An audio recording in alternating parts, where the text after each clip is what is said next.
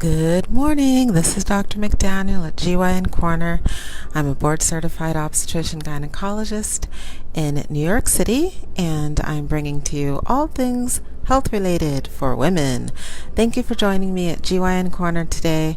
This is the Facebook Live presentation, and it will also be presented on our YouTube channel. It's also called GYN Corner. It will also be presented on the podcast, GYN Corner, on Google Podcast, Apple iTunes, Spotify, Anchor, and about another 4 to 5 more. So please check out those other platforms, and please follow and subscribe so you can get a heads up on the presentations when they're being presented, what the topics are, and then please like and comment so I can find out what people are feeling is helpful information and what you'd like more of. So today I thought I'd speak about apple cider vinegar because it seems that apple cider vinegar, or ACV, is being used for tons of things. I know I use it to clean windows and mirrors. Others are using it to clean out their intestines, and others are using it to clean out their vaginas and vulva. So the originally apple cider vinegar, as far as female hygiene goes, it was always used in a douche. So it was this vinegar and water douche. The vinegar and water is not white vinegar. It's the apple cider vinegar, or brown vinegar, and that comes because the vagina is acidic. It's between 2.5 to 3.5 or 4.0 on the pH scale, so it's quite acidic. And apple cider vinegar is also very acidic. It's around that same level, 2 to 3. So the thinking was, if there's an issue with the pH imbalance or an odor or heavy discharge, you just can drop the pH again using vinegar as a douche, washing out the vagina with vinegar, and it will be able to lower it back to its normal pH, and then the normal environment has been recreated, so the normal flora, bacteria, yeast, or fungal elements will be normalized. That works in theory. It doesn't always work in practicum, and I'll tell you why in a moment. So apple cider vinegar has been shown in some of the research and the studies to have an antimicrobial component. It's been shown in studies in the last 3 to 4 years in microbiology that it's an inhibitory factor for bacteria, and surprisingly it also is an inhibitory factor in some of the research and articles about 5 years ago for Candida, specifically Candida albicans was tested. And that's interesting because yeast, or Candida albicans, likes an acidic environment. So in general, if we do a pH swab to see if there's an unusual discharge, we can't quite categorize it, we'll do a pH swab, and if the pH is elevated, it's greater than 4.5, it's always assumed to be bacterial in nature because yeast likes an acidic environment. It grows in an acidic environment as long as there isn't a lot of bacteria to really crowd it out. So surprisingly, apple cider vinegar, which is an acidic element, it also has been shown in studies to inhibit yeast and fungal elements. So yeast is predominantly, 96% of yeast is due to Candida albicans. An additional 4 to as much as 7% of yeast infections are due to non-albicans strains of yeast. So it's surprising that an acidic element can still inhibit yeast or fungal elements. And helpfully, the antimicrobial aspects have been shown to decrease a large swath of the bacteria that's grown on the skin. So Staph aureus, strep, and also some intestinal bacteria, E. coli, which is a fairly common bacterial contaminant in the vaginal vault. So it's helpful that they inhibit predominantly those strains of bacteria. The catch with douching is that douching washes out not just the good bacteria, and not just the bad bacteria, but also the good bacteria.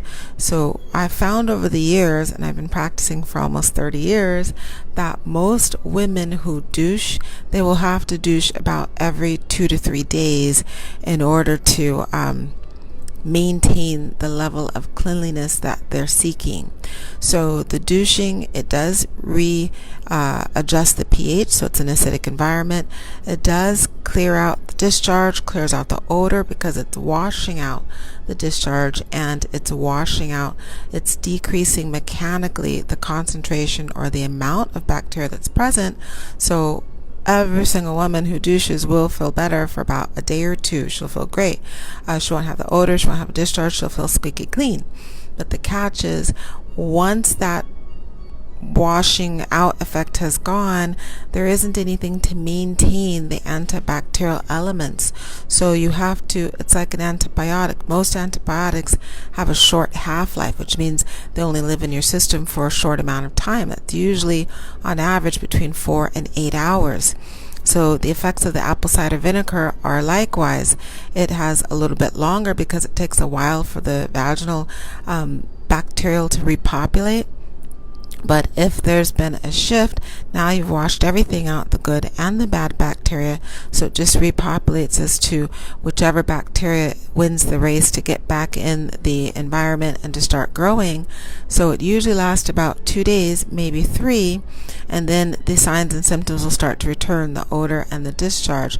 So just like most people, if they take a standard antibiotic, they have to take that antibiotic twice a day or 3 times a day for a set chunk amount of time. With the douching, one has to douche every 2 to 3 days in order to maintain that.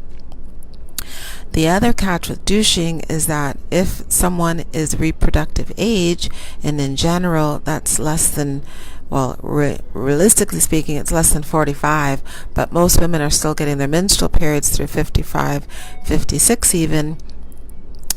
If you're still menstruating, you're going to, the cervix is very, very tightly closed throughout the month. But when you're ovulating, it will be slightly open. And when you're menstruating, it's slightly open.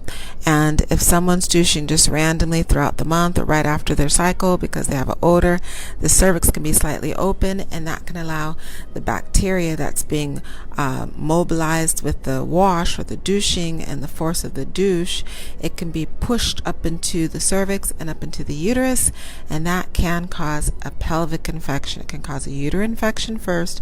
We call that an endometritis, and then it can flow through the fallopian tubes and cause a pelvic infection, PID, pelvic inflammatory disease. And I have seen women do that. Obviously, it's inadvertently.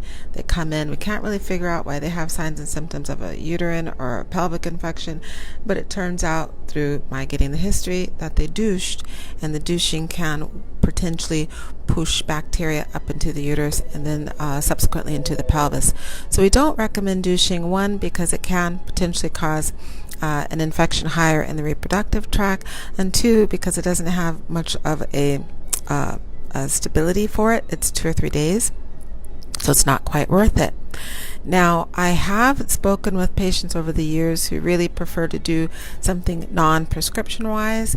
I've spoken to them about dipping a tampon, soaking a tampon with apple cider vinegar, and then doing that for a chunk of time. So if one wants to do that, that will be helpful. If you don't have a lot of discharge, and if you don't have a really strong, bad, foul vaginal odor, if it's just starting or just a little mild, or someone tells me that they have an odor after their cycle and it lasts more than a day or two, it lasts maybe 3 to 4 days, then I'll tell them right after the menstrual cycle they could soak a tampon in apple cider vinegar, place that in the vagina before they go to bed, take it out in the morning, and do that for a chunk of time, like a 5 to 7 day span of time, and that does help, especially if at the same time you either take apple cider vinegar pills or drink apple cider vinegar. That will help kind of systemically and locally vaginally repopulate the pH and help to maintain that pH balance so that when the bacteria start trying to repopulate, they repopulate within a normal realm and not an abnormal or an overgrowth of the bacteria. Now, as a side note, I have had patients ask me if they can use apple cider vinegar to tighten the vagina. Sorry, because they feel like the vagina is a little bit loose with intercourse. So if they can use apple cider vinegar to tighten the vagina or to tighten the labia because they feel like their vaginal lips are too long, they stick out too much from the outer vaginal lips, the fatter lips, the labia majora. And I have to tell them there's absolutely no research or evidence that supports that douching or using the tampons in the vagina to tighten the vagina will actually help. There's absolutely nothing to support that. That's why there's cosmetic surgery now to tighten the vagina and to shorten the vaginal lips or the labia. So I hope that's helpful information on the use of apple cider vinegar in the vagina. And the only safe way is to use it soaked in a tampon for a chunk of time overnight. That helps most of the time if it's a mild imbalance. It's not going to help if it's just a rip-roaring, crazy, heavy bacterial infection. You're going to want to come in or do additional treatments at the same time. And I'll go into that in another presentation. Thank you for joining me. This is Dr. McDaniel at GYN Corner. Please check out the YouTube channel and our podcast. If you have a commute, podcasts are great because they can replace just regular radio where you're hearing lots of music, different music that you may not like or enjoy, and you're hearing commercials about cars and such. So podcasts are awesome. And please follow and subscribe so that you can get a heads up on the presentations, what's being presented.